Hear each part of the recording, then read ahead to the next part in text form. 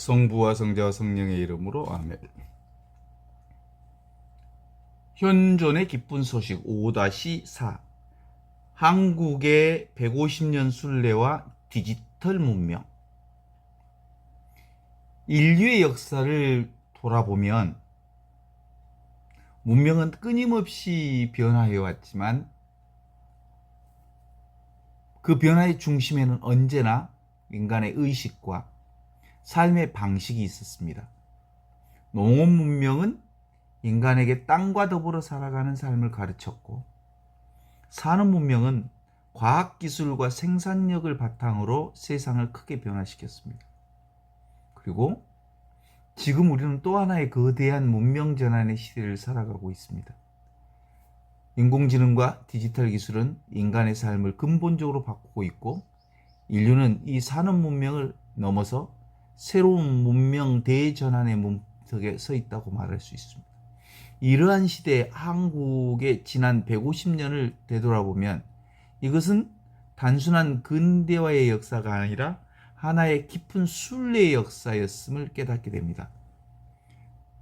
1876년 광화도 조약 이후에 한국은 원하지 않았던 근대 세계의 흐름 속에 들어가게 되었습니다. 전통사회는 급격한 변화를 맞이했고, 민족은 새로운 시대를 준비할 겨를도 없이 거대한 세계사의 소용돌이 속으로 밀려 들어갔습니다. 그때 동학농민혁명은 나라와 백성을 살리려는 절박한 외침이었고, 3.1운동은 자유와 생명을 향한 민족의 신앙 고백과 같은 사건이었습니다. 그러나 식민지의 아픔과 한국전쟁이라고 하는 이 비극은 이 땅을 깊은 절망 속으로 몰아넣었습니다. 그럼에도 불구하고 한국은 다시 일어섰습니다. 폐허 속에서 산업화를 이루었고, 그 산업화 이후에 민주화를 완성했으며, 세계가 놀랄 만큼의 경제성장과 디지털 혁신을 이루어냈습니다. 불과 150년이라고 하는 짧은 시간 안에 산업문명을 가장 깊이 받아들인 나라 가운데 하나가 되었습니다. 식민지를 경험한 나라 가운데 선진국 반열에 오른 유일한 나라, 대한민국입니다. 이것은 단순한 경제적 성공이 아니라 역사의 깊은 섭리 속에 이루어진 놀라운 여정이라고 말할 수 있습니다. 그러나 저는 한국의 사명이 여기서 끝난다고 생각하지 않습니다. 오히려 이제부터 대단히 중요한 본선에 도달했다고 봅니다. 산업 문명을 가장 늦게 받아들였던 나라가 이제는 디지털 문명의 새로운 방향을 제시할 수 있는 나라가 될 가능성을 품고 있습니다. 역사는 언제나 새로운 시대를 가장 절실하게 경험한 사람들이 새로운 길을 열어왔습니다. 대한민국은 아픔을 통해 성장했고, 위기를 통해 희망을 배웠으며, 공동체의 힘으로 새로운 미래를 만들어 왔습니다. 이러한 경험은 앞으로 다가올 디지털 문명의 매우 소중한 자산이 될 것입니다. 그러나 새로운 문명의 기술만으로 완성되지 않습니다. 인공지능이 아무리 발전해도 인간의 마음까지 대신할 수는 없습니다. 디지털 기술이 세상을 더욱 편리하게 만들 수 있지만 인간을 더욱 행복하게 만들어주는 것은 아닙니다. 앞으로의 시대는 기술혁명이 아니라 인간의식이 함께 성장하는 생명혁명의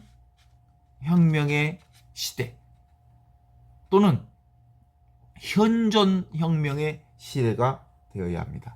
바로 지금, 바로 여기, 바로 이 순간 살아있는 하느님의 현존을 근거로 한 서로 상생하는 사회를 만들어가야 합니다. 예수님께서는 하느님 나라는 이미 너희 가운데 있다.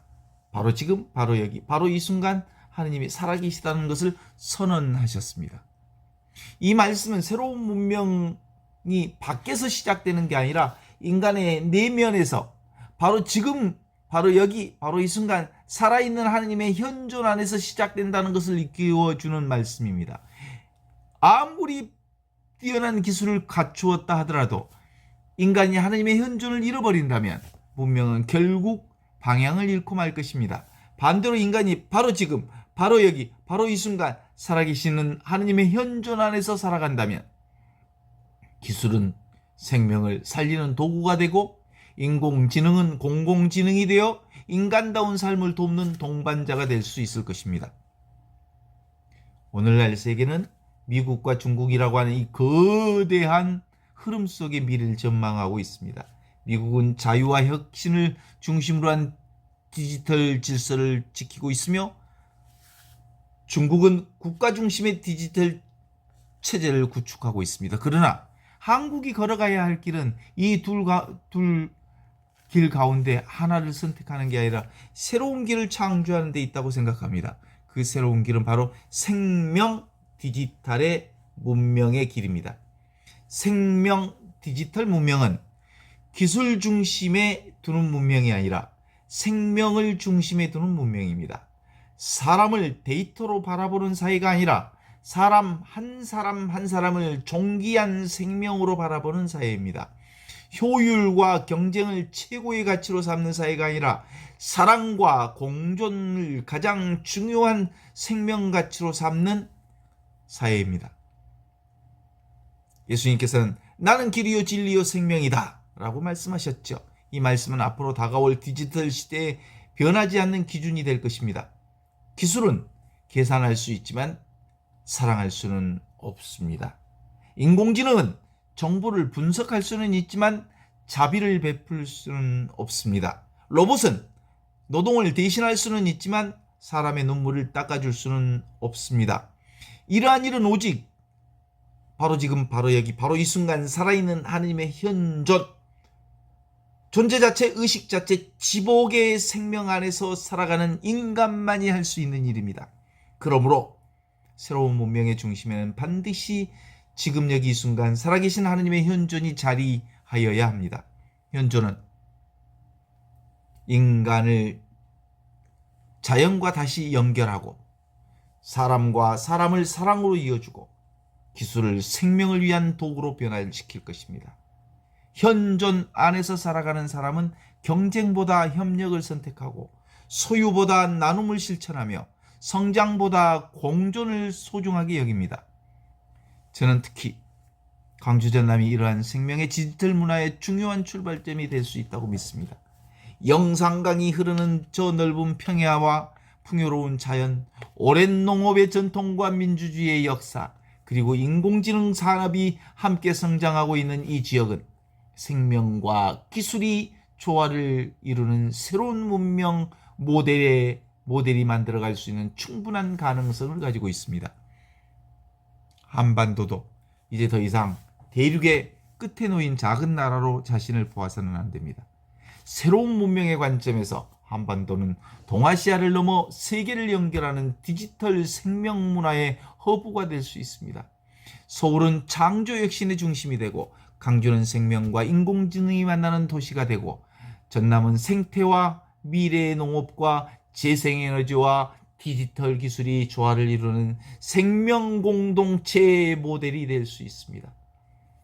그러나 이런 모든 변화보다 먼저 이루어져야 할 것은 인간의 내면의 변화입니다. 문명을 바꾸는 것은 기술이 아니라 의식혁명입니다. 의식을 변화시키는 것은 지식이 아니라 사랑입니다. 그리고 그 사랑의 근원에는 언제나 바로 지금, 바로 여기, 바로 이 순간 살아계신 하나님의 현존, 의식 그 자체, 존재 그 자체, 생명 그 자체로서의 하느님의 지복의 생명 가치가 있습니다. 한국의 지난 150년은 산업 문명을 배우는 시간이었습니다. 앞으로의 150년은 생명 디지털 문명을 세계와 함께 만들어가는 시간이 되어야 합니다. 이것은 바로 미국을 따라가는 길도 아니고 중국을 모방하는 길도 아닙니다. 이것은 예수 그리스도께서 보여주신 생명의 길이며 지금 여기 이 순간 살아계신 하나님의 현존 안에서 사람과 자연과 과학과 영성 그리고 인공지능과 사랑이 하나가 되어 새로운 문명을 여는 길입니다. 이 길은 단지 한국의 미래를 위한 길이 아니라 인류 전체의 문명 대전환을 위한 희망의 길이 될 것입니다.